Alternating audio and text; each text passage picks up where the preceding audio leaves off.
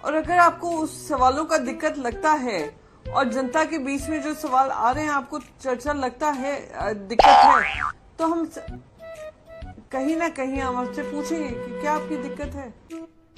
अरे कहना क्या चाहते हो? और जनता के मुद्दों के ऊपर तथ्य और सत्य रखना सदन के पटल पर।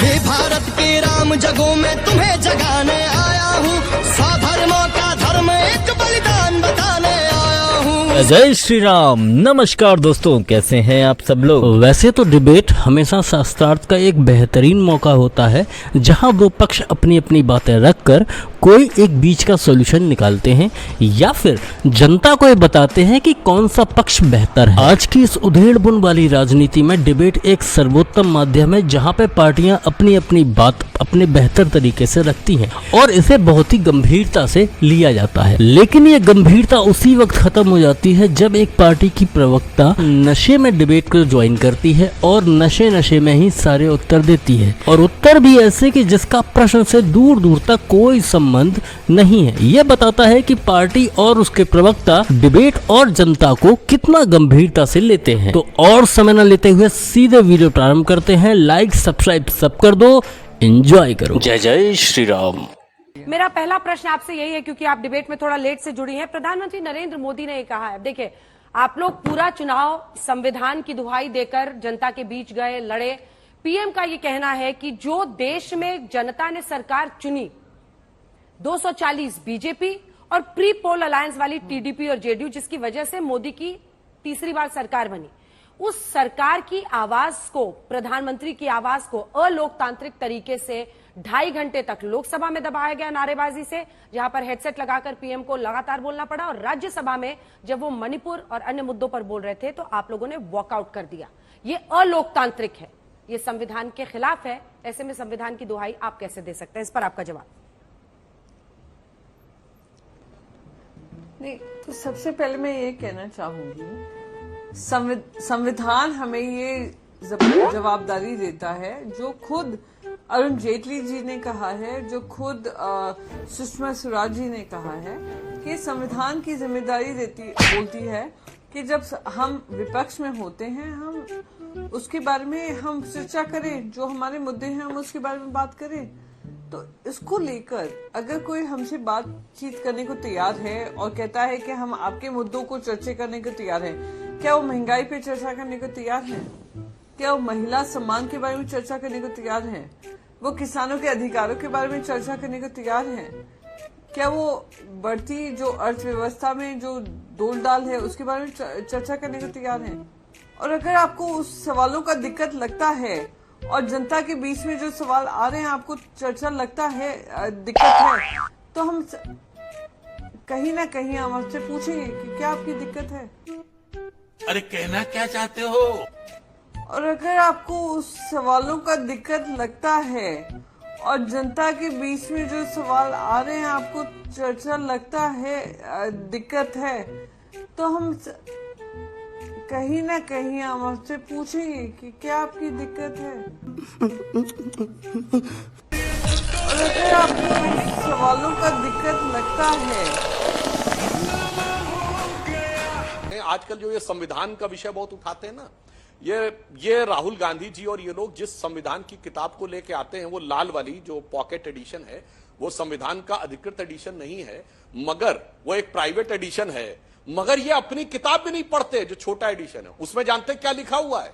उस संविधान की किताब में जो राहुल गांधी दिखाते, मैं आपके लिए पढ़ा दे रहा हूं, उसमें लिखा है, our constitution was crafted by the finest and most emancipated minds of the time, thankfully not directed by the confused Nehruvian social policy। और उसके बाद उसमें लिखा हुआ है, Indira Gandhi who has bought the darkest hour in democracy। मतलब भैया मैं कह रहा हूं, इससे समझ में आता है कि आप कितने सीरियस हैं। ये 6 महीने जो किताब दिखा रहे हैं उनका पन्ना पलट के यही किताब में जरा खोल के पढ़ लीजिएगा प्रियंका जी, तब आप लोगों को बेहतर समझ में आता है कि जनता के मुद्दों पे भ्रम की राजनीति करना और जनता के मुद्दों के ऊपर तथ्य और सत्य रखना सदन के पटल पर दोनों में जमीन आसमान का अंतर है। ठीक है, चूंकि आप संविधान दिखा रही हैं, एक जवाब दे लीजिए, फिर मैं जाऊंगी सुरेंद्र जी के पास। और देखिए, 8 घंटे का टाइम बीजेपी को जनता ने दिया ना। अगर उनके 240 सांसद हैं प्रियंका जी, तो जब प्रधानमंत्री उसमें से 2 घंटे 14 मिनट बोलते हैं तो जनता को सुनने का मौका देना चाहिए। देखिए ऐसा है, मैं बहुत खुश हूं आपने मुझसे ये सवाल पूछा। प्रधानमंत्री ने कहा हम 400 सीट जीतेंगे, 370 बीजेपी जीतेगी और बाकी उनके अलायंस पार्टनर्स जीतेंगे, है ना। इसका उससे क्या लेना देना? तो हमारा भी, अगर उनको नहीं सीट मिली है ना, हम उनका मजाक बना रहे हैं, ना मखौल बना रहे हैं, ना हम आपसे प्रश्न उठा रहे हैं कि आप लोगों ने सबने डिसाइड कर लिया था उनको 400 सीट मिलने वाली है। मैं विपक्ष से भी नहीं पूछ रही, ना मैं मीडिया से पूछ रही हूँ। ये भगवान क्या जुल्म है। मैं आपसे एक सवाल पूछ रही हूँ और सवाल यही है, सवाल संविधान को लेकर है। अंदर से मन अच्छा नहीं लग रहा।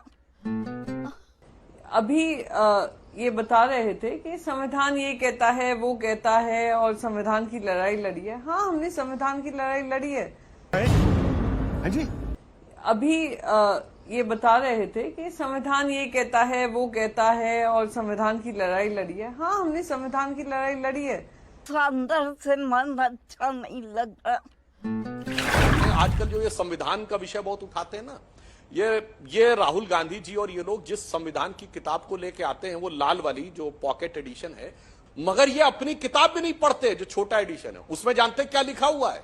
जो राहुल गांधी दिखाते, मैं आपके लिए पढ़ा दे रहा हूं, उसमें लिखा है, our constitution was crafted by the finest and most emancipated minds of the time, thankfully not directed by the confused Nehruvian social policy.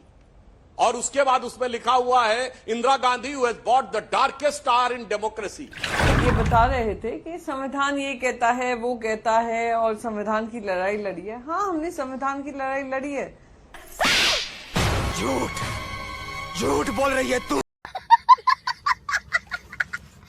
और विपक्ष में होकर मैं शिवसेना में हूँ। शिवसेना वो पार्टी है जो इनके साथ 25 साल तक अलायंस में लड़ी है, और 25 साल के बाद अगर उनको लगता है कि 25 साल में इन लोगों ने अपनी सत्ता बनाकर इन लोगों को लगा कि हमें इनकी जरूरत नहीं है, तो ये क्या संविधान का उल्लंघन नहीं है? कैसा? क्या ये उल्लंघन नहीं है? उल्लंघन नहीं है ये मुंह से सुपारी निकाल के बात कर रहे बाबा कि जो विचार के साथ हम लोग आगे बढ़े हैं, हम लोग उसका उल्लंघन करें। और प्रियंका जी को मैं बताना चाहता हूँ, संजय राउत जी ने भी बयान दिया था, शायद आपको ध्यान नहीं है, उस समय बाला साहब ठाकरे जी ने समर्थन किया था इमरजेंसी का।